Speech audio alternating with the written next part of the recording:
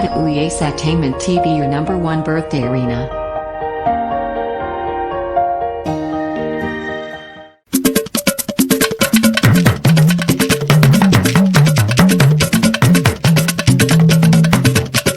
Olúwa fi sáyọ̀ òkú ọdún o, Olúwa fi sáyọ̀ òkú ọdún o, àṣeyí ṣàmọ́dún ó sọdún èyí wàá ṣe míì sí i. Olúwa fi sáyọ̀ òkú ọdún o. Olúwa fi sáyọ̀ òkú ọdún o, Olúwa fi sáyọ̀ òkú ọdún o, àṣeyí ṣàmọ́dún ó sọdún èyí wàá ṣe míì sí i. Olúwa fi sáyọ̀ òkú ọdún o. Àpátápàrẹ̀ wíde olóríire ẹ̀dẹ́ ènìyàn lèmi fẹ́ máa kí. Olúwa fi sáyọ̀ ọlá máa wọlé máa rọra. Aya Àṣàkẹ́ òkú ọdún o. Olóríire ọmọ alálùbáríkà, ọmọ orí rùmúrùmú olómi lára, ó mọ́ lára bí òyìnbó, arẹ́rìn músẹ́ bí ẹni tí ò lè jẹ kankan tán. Ẹlẹ́rìn ẹ̀yẹ òkú ọdún ọjọ́ ìbí tòní. Àgbàdo Èkìtì ní í ṣe lé bàbá tó bí ọlọ́mọ. Ó rẹwà oníwọ̀ oníláárí onítẹríba. Mo kí ọkú ọdún torí ọdọọdún báyìí ní sápò orúwe, ọdọọdún lérù wá ń wà, ọdọọdún ló mọ̀ bẹ ọ̀bẹ ní bẹ̀sọ̀ àtẹ̀pẹ́ lẹ́sẹ̀ rẹ̀ á dẹ̀nà. Àìsí níbẹ̀ láì bá wọn dá sí.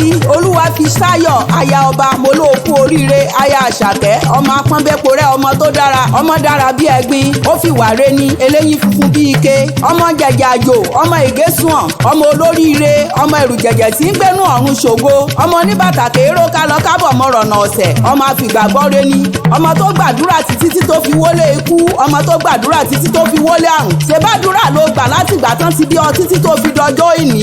Mo ní mo kú ọkú oríire lọ́pọ̀lọpọ̀, ọmọ bíbí ire, ọmọ tó fi ìwà re ni, ọmọ tó fi ìwà ṣẹwà.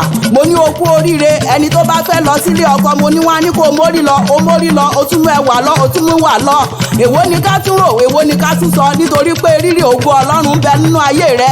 Ọmọ ẹrù jẹjẹjẹyẹ tí ń gbénú ọ̀run ṣògo, ọmọ ẹbọra ńlá tí ń di gbogbo ilé oṣòwò, tí ń di ilé àjẹwò, ọmọ alágbára gíga òde ọ̀run, ọmọ ẹrù jẹjẹ tí ń gbénú ọ̀run ṣògo, ọmọ ọba ọlọ́wọ́ gbọgbọrọ tí ń yọmọ rẹ̀ nínú ọ̀fìn. Àrí ìró alá Elédùmarè, mo ní kábíyá ò sí o, Ọlọ́run tó dá fi sáyọ̀ aya Àṣàkẹ́ sí fún wa. Ògo ńlá ló yẹ fórúkọ rẹ̀, ìjìnlẹ̀ fẹ́ atófarasìdí òkè. Mo ní mo dúpẹ́ lọ́wọ́ Elédùmarè nítorí pé a ò fi ọ́ ṣàwátì. Ògo Ọlọ́run bẹ nínú ayé rẹ, ògo Ọlọ́run sì ń farahàn ní gbogbo ìgbà. Ṣé tinú ìwà ní ká sọ ni tàbí nínú ohun gbogbo? Àṣeyí ṣàmọ́dún àṣàmọ́dún ṣẹ̀mí, bó o ti sọdún èyí wàá ṣèmí sí lágbára Ọlọ́run ọba mi òkè. Bóyin bá ṣe tán oyin padà sínú kókó, ogi bá bẹ̀rẹ̀ bọ̀jọ̀ bá ṣe tán á padà sínú sàárẹ̀ tó kọ́lé sí. Àpáta ewì mo ṣe tán, mò ń rebi àforí mi sọlẹ̀ sí níbi ojúmọ́ ti mọ́dé gbogbo ilẹ̀kílẹ̀.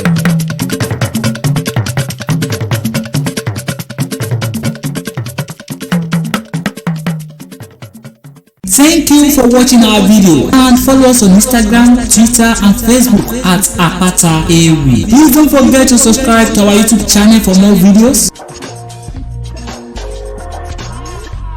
We love you.